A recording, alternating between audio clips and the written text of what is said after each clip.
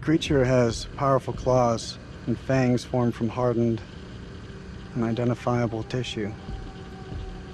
Two of the incisors appear grossly malformed and discolored. Blood is like nothing I've seen. We always like to base our stories in some sort of real-world truth, a piece of folklore or a piece of mythology. With vampires, obviously, there's so much to choose from cultures all the way around the world. So rather than pick one particular legend, we thought it would be fun to create a monster that ties all of those legends together in some way. So we had an idea for a creature that lives underneath the ground and emerges every few years. Our vampire is actually an alien parasite. It invades a host body. The creatures that you see in House of Ashes, the winged demonic creatures, were actually once an intelligent race of cosmic nomads traveling through the stars on this big generation ship. They somehow picked up this alien parasite and it ravaged through their crew, and their ship went out of control and crash landed into prehistoric Earth, where it was buried under the ground in what is now the Zagros Mountains. Being a parasite, this alien slug needs to find a host body, a living body or a recently dead one. Once it invades that body, it grows inside it, killing the host if host is still alive. And its tendrils reach out into the host's brain and hijack its central nervous system, sort of reanimating it. It then goes on the hunt for blood.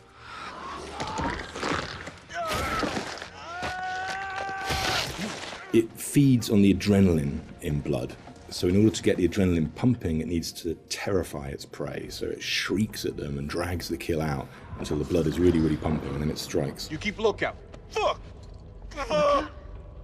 Lookout for what? We wanted to show the viewer different forms of the creature and make them think that initially it's a demon, then they think that it's a vampire, and then finally the revelation that it's an alien. So just to explain where the parasites have come to infect some of our game characters, this shows a game character who's going through different stages, is infected, starts to affect the character, and there's a final look from that where the fangs are coming through the skull. So that's one of the developments of how our classic vampire is actually a host. Another example of that is an Akkadian warrior who's been taken over by the parasite, and again the fangs have come through, the vines are poking through the head. This human is now being taken over, his skin is dying, the parasite is trying to grow within. But we progress that into looking at the design on the alien demon, I call it. This had to have very unique elements that came through from the head design. So we've got a very animalistic head here, but also we've got the fangs. These fangs are coming from the parasite that's within, so the fangs are coming through. It's almost deforming the shape of the host. Oh, shit. What the fuck happened to your teeth, buddy? We refined that further to what is our final head, where the ear is part of the skull and it flexes open. A bit like a frill lizard, where the frill of the canopy comes out, our head is actually moving apart. And we've got illustrations that show that, where the head is dormant and is concealed, but then as it hears and wants to resonate, the skull expands open. And that then allows the creature to hear and pick up on anything within the environment. What With characters, it's always good to base at least some of it on anatomy that we recognise, and that provides a foundation for the vampire. It's bipedal and human in its structure, but we've just changed things, tweaked them, made them a bit more alien. So, for example, the ribs joined together at the sternum to form a rib cage, but we've expanded it out quite a lot, and some of the ribs are fused together to make bony plates. It's just to suggest that it's had a very different evolution from a human. We tried a version with human-style legs, but in the end, we went for a dog-type leg. It just made it more creature-like and more threatening. And we added bird-like talons on the toes, just to give it some natural weapons and make it into a predator. We didn't want to focus too much on bat reference, because we were trying to steer away a bit from the classic bat-like vampire. We did go for 2 sets of bat-like wings. One of the shots in the game is of the vampire jumping down from above, backlit with its wings out in an attack pose. And when we saw that pose, we decided to add an extra set of wings attached at the hip joint. It just really helped that silhouette. The environment is very interesting because they can use not just the floor, they can fly as well. They can't walk on the walls, but they've got claws. So imagine something really interesting in a cave where you've got creatures coming towards you, you know, from every angle. I think that visually is something impactful and very interesting to look at, and scary. One of the interesting parts is the finding of those nuances and details that really bring the character to life. How does it move?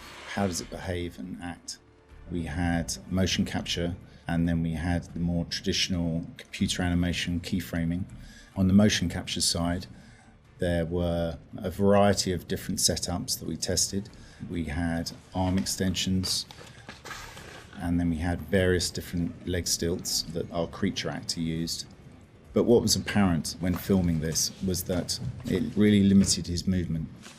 So in the end, we decided not to use any of that, and he just performed himself. Basically, this gave him the freedom to really express that physicality in acting and gesture. They react to sound like bats. They hear you, they hunt you. The vampires have these head plates, these bony kind of gristly structures on their heads that click and vibrate, kind of like a bat's echolocation. They're used to survey environments and to locate prey. We went through a lot of different iterations, and we tried a lot of different things. Like I think I sampled keyboards and mouse clicks, and then used a scooter fender and a wet trainer. And it made this organic, clicky, squeaky sound. And then I had a friend of mine in the States take a taser to a bunch of meat and a bunch of like organic material, and it came out a lot more aggressive. It just sounded meaner. I got something for you! And then the biggest thing that we had was this little tiny drum and a rod with fishing line in between it. So when you twisted a rod, it made this clicking and popping sound. So that ended up being one of the main tonal layers for it. But none of them quite fit right. But once we put them all together and like layered them all together on top of each other, then it started to actually work as a holistic, organic thing.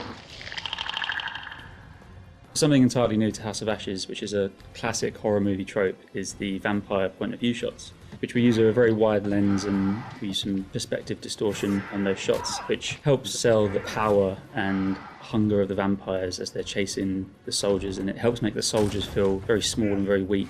And doing so, it also helps us as the player realise that these vampires are inhuman, and that when we're watching what they're doing, they're bouncing off of walls and they're climbing on the ceilings and flying.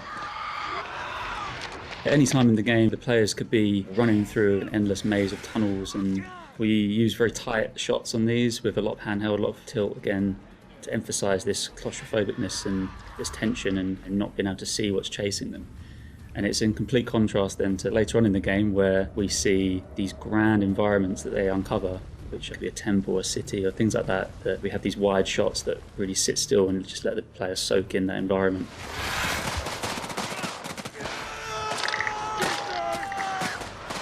This is the most complex creature that we have ever animated in the studio. But the challenge is more than a challenge, is the fun to do it, because it's not a real creature. You can push it in a way that you can use your imagination to make it more interesting. We're facing an enemy we know zero about, an enemy of unknown size and their home turf. Sucks to be us.